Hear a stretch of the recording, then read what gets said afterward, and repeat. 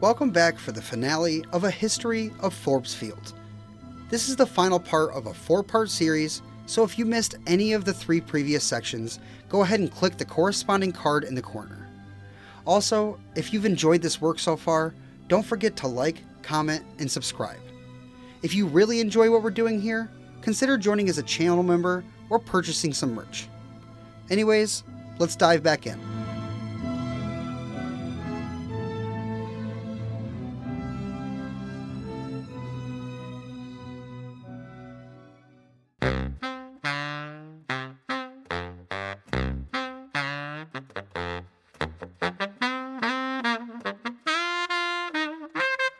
"1960 would turn out to be one of the greatest seasons in Pittsburgh Pirates history.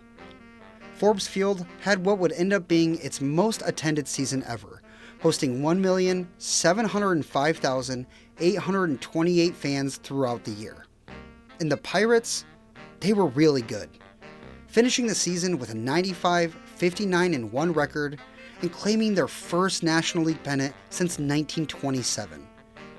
Pirates shortstop Dick Groat won the National League Most Valuable Player, and pitcher Vern Law won the MLB Cy Young Award. Claiming the pennant by 7 games over the Milwaukee Braves, they earned themselves in a spot in the World Series against a heavily favored New York Yankees squad. The American League winners featured the league's MVP and right fielder Roger Maris as they won the pennant by 8 games over the Orioles. The Pirates had home field advantage for the series, hosting games 1 and 2, then 6 and 7 if necessary. On October 5th, in front of a crowd of 36,676, Vern Law took the ball for the Pirates and shut the Yankees down, giving up just 2 runs across 7 innings of work. The Pittsburgh Bats came out of the gates hot, tagging Yankees starter Art Dittmer for 3 runs in the first before he was taken out, only managing to get a single out. The Pirates scored 2 more in the 4th and another in the 6th to take a 6-2 lead. Roy Face, who replaced Vern Law in the 8th, gave up 2 runs in the 9th before closing the game out with a 6-4 Pirates win.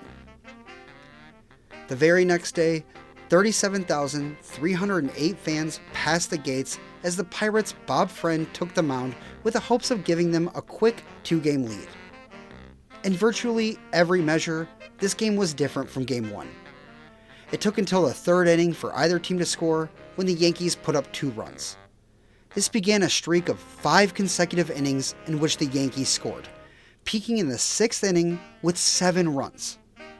When all was said and done for the Yanks, they posted a massive 16 runs to the Pirates' measly 3. It took 6 different pitchers for the hosting Pirates to get through the 9 innings. After a crazy couple games in Pittsburgh, the series turned to the Bronx.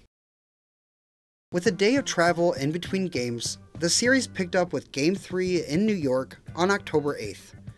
The Pirates gave the ball to a man that is in contention for the most unusual name in baseball history, Vinegar Bend Mizell, while the Yankees turned to future Hall of Fame ace Whitey Ford. It turned out to be another miserable day at the ballpark for our Pirates, with Mizell only facing 5 batters in the first before being pulled for Clem Labine. Labine faced 5 batters of his own before being pulled for Fred Green, who immediately got out of the inning. After the bottom of the first, the Pirates were already on their 3rd pitcher and had given up a massive 6 runs. A difficult hill to climb that quickly proved impossible, as the Pirates would be shut out by the Yanks. New York would put up another 4 spot in the 4th and finish out with a 10-0 win. Ford went the distance to shut down the Pirates, and the Yanks took a 2-1 edge in the series. The next day, October 9th, saw the Pirates' Vern Law take the mound to face the home team's Ralph Terry.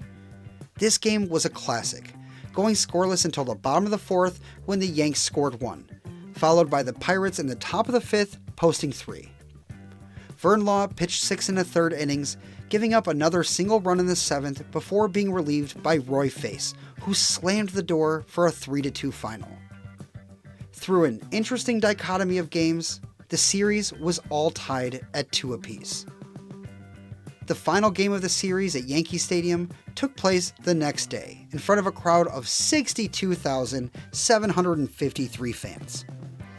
Harvey Haddix took the ball for the Bucks, looking to give them the series edge, facing off against the Yankees' Art Dittmer.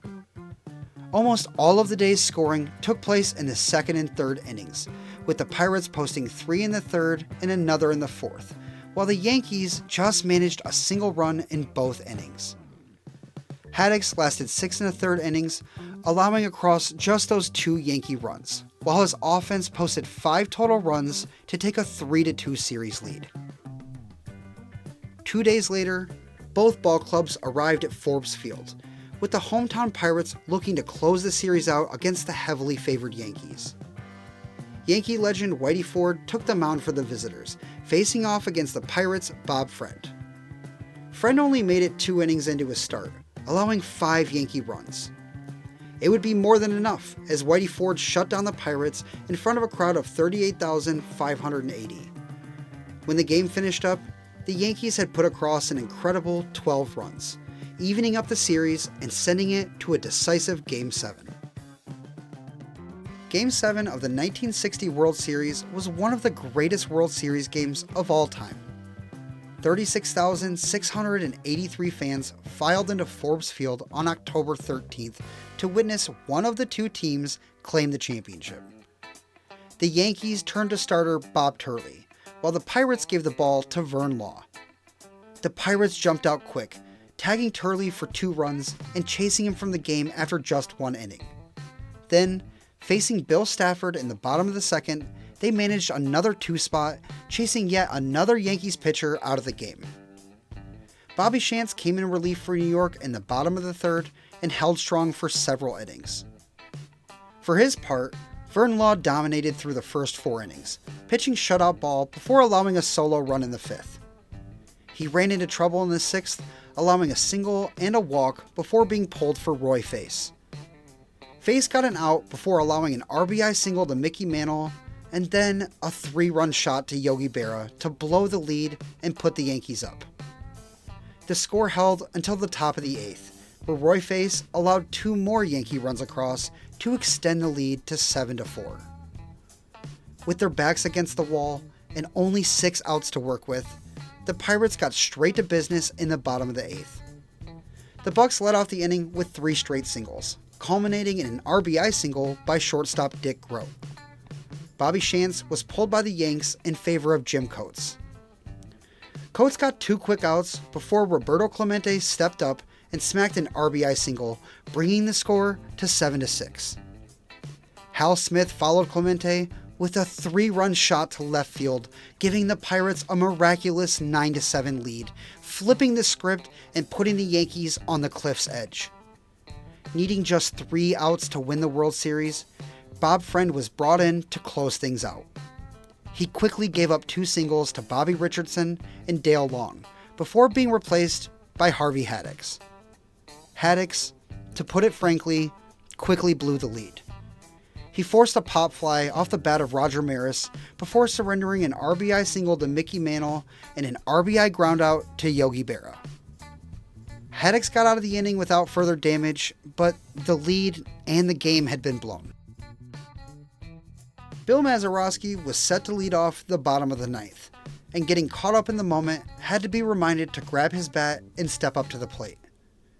Ralph Terry took the mound for the Yankees to keep the game tied. His first pitch to the Pirates' second baseman was a ball. Terry then took the sign for his second pitch, a fastball, and at approximately 3:36 p.m., he delivered said fastball up in the zone. Mazeroski fired his swing, connecting with the ball and sending a hard line drive to left field. Ball made a sharp, hard flight over the left field wall. Forbes Field absolutely erupted as Mazeroski rounded the bases. A walk-off home run in Game 7 of the World Series. A child's dream. In his excitement, NBC play-by-play announcer Chuck Thompson goofed his call, referring to the pitcher as Art Dittmer and the final score being 10-0 instead of 10-9. But it didn't matter. Mazeroski had accomplished the impossible, and so had the Pirates. beating the mighty Yankees in the most dramatic form possible and claiming their first World Series championship since 1925. As of the writing of this video, Mazeroski's home run is the only Game 7 walk-off home run in World Series history, and is considered by me to be the greatest home run ever hit.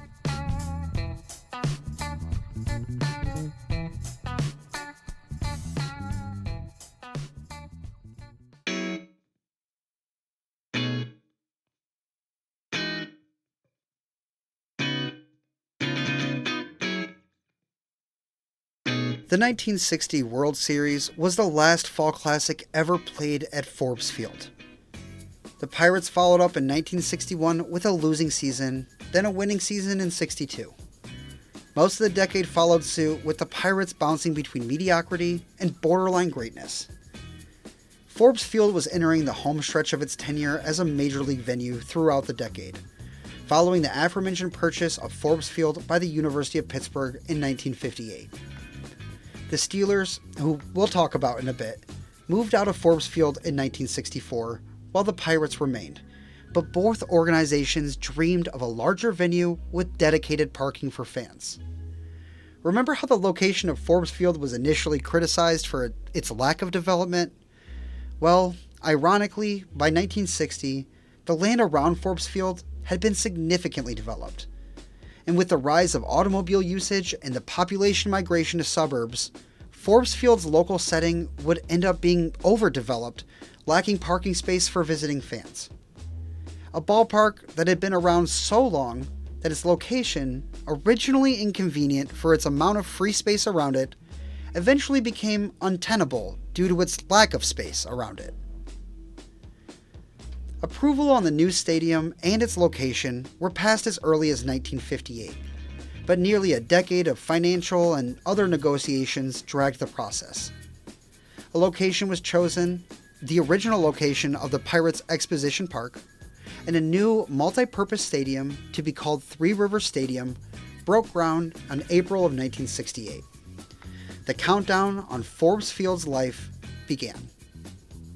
Similar to Crosley Field in Cincinnati, the construction on Three Rivers Stadium was planned to finish ahead of the 1970 baseball season, but delays ensued in the construction, pushing back the inaugural game until July of 1970.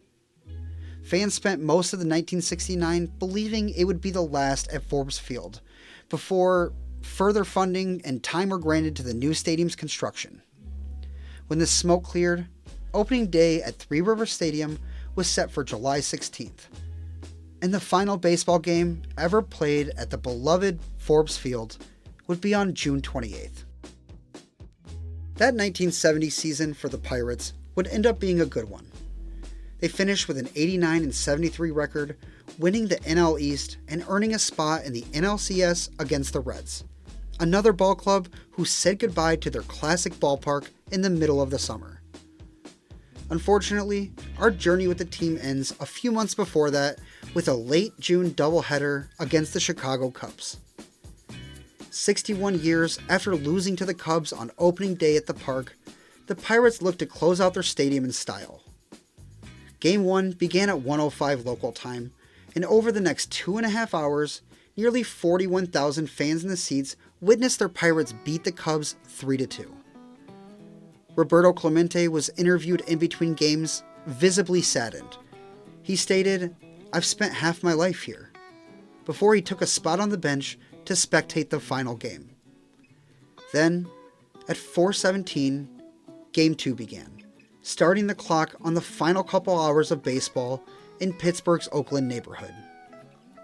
The Pirates controlled the game, allowing a run in the first before shutting the Cubbies down and winning their final game 4-1.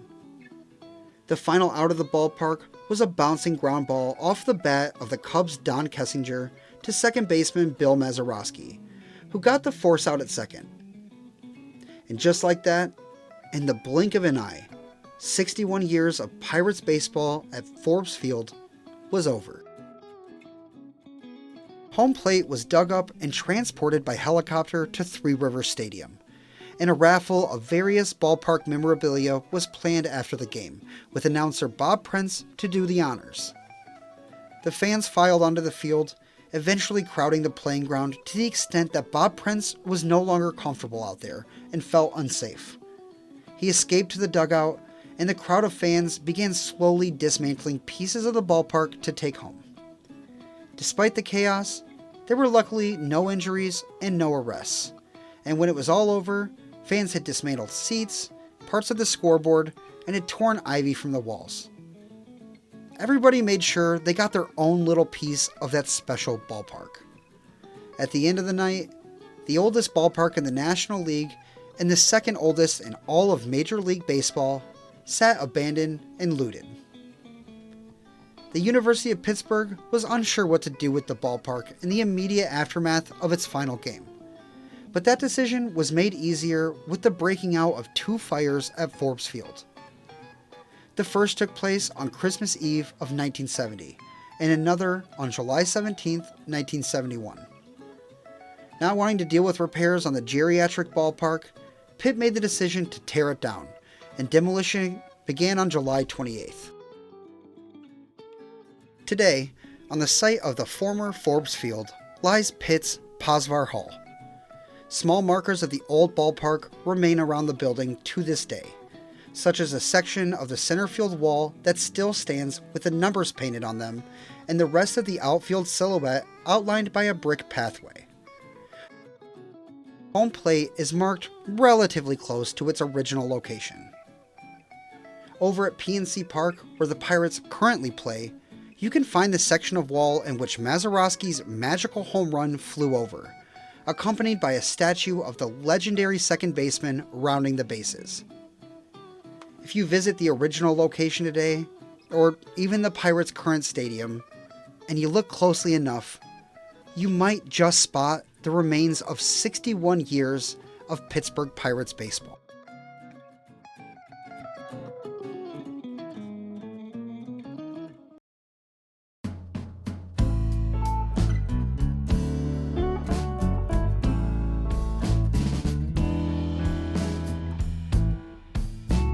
We've spent a long time talking about the Pittsburgh Pirates, but they were far from the only sports team to call Forbes Field home. Now, the video is long enough already, so I'm going to speed run this just a little bit. First, the University of Pittsburgh used Forbes Field for home games in at least football and sometimes baseball. From 1909 through 1924, the Pittsburgh Panthers football team called Forbes Field their exclusive home. In their time at Forbes, the Panthers dominated, winning national championships in 1910, 1915, 1916, 1917, and 1918, being coached by absolute legends such as Joe Thompson, Pop Warner, and Jock Sutherland. Their 1910 campaign was legendary, as the team finished undefeated and never allowed a single point to be scored against them. While at Forbes Field in 1921, the Panthers hosted the West Virginia Mountaineers for what would be the first radio broadcasted game in college football history. Other college teams occasionally played games at the ballpark as well, with one of these games being one of the greatest upsets in college football history, when the Carnegie Tech Tartans beat Newt Rockney's Notre Dame Fighting Irish 19-0 on November 27, 1926. 1922 saw the arrival of Negro League baseball at Forbes Field when the Homestead Grays moved in. Grays owner Cumberland Posey was good friends with Pirates owner Barney Dreyfuss, and Dreyfuss was frequently seen attending Grays home games. The Grays' tenure at Forbes Field was incredible, seeing the debut of arguably the greatest ball player ever in Josh Gibson in 1930, playing the first night game at Forbes Field with mobile light towers also in 1930, and winning 3 straight championships from 1937 through 1939 before they vacated the ballpark. Professional football also made its way to Oakland when in 1933, local super athlete Art Rooney started an NFL team called the Pittsburgh Pirates. They reorganized into the Pittsburgh Steelers in 1940 and played their games at Forbes Field through the 1963 season. The Forbes Field edition of the Pittsburgh Steelers was far removed from the Steel Curtain dynasty that would emerge in the 1970s. often posting bad football teams in their early years, the Steelers wouldn't post their first season of winning football until 1942, when they finished the year 7-4. As a matter of fact, the team only had a single playoff appearance while at Forbes Field, coming in 1947 when the team went 8-4 and tied for first in the Eastern Division with the Philadelphia Eagles. A playoff game to win the division and play in the championship against the Chicago Cardinals ensued at Forbes Field. In the lone NFL playoff game ever hosted at the legendary ballpark, 35,729 fans filed into the park to see their Steelers get stomped by their cross-state rivals to the tune of a 21-0 loss. The Steelers would begin playing some home games at the university's Pitt Stadium in 1958, making a full transition to the college stadium following the 1963 stadium. Their final game in their stadium of 31 years took place on December 1st, 1963, where they hosted their cross-state rival Eagles to the tune of a 20-20 tie. It's worth noting that the Steelers were down 17-3 entering the fourth quarter of that final game, posting an incredible comeback to send Forbes Field's football hosting days off in style.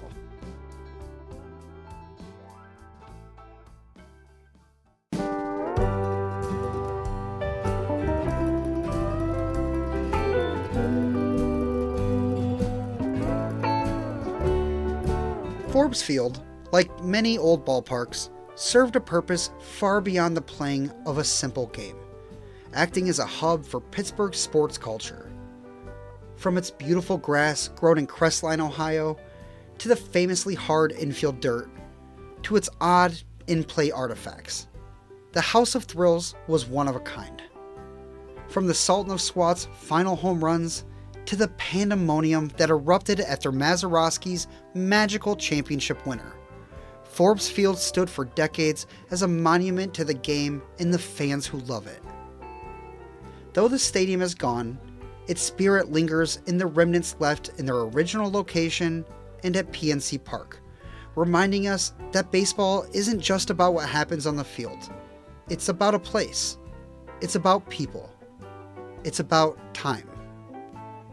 So, whether you've actually been there, or only know it through stories like me, Forbes Field remains a crucial part of the stories of baseball and Pittsburgh.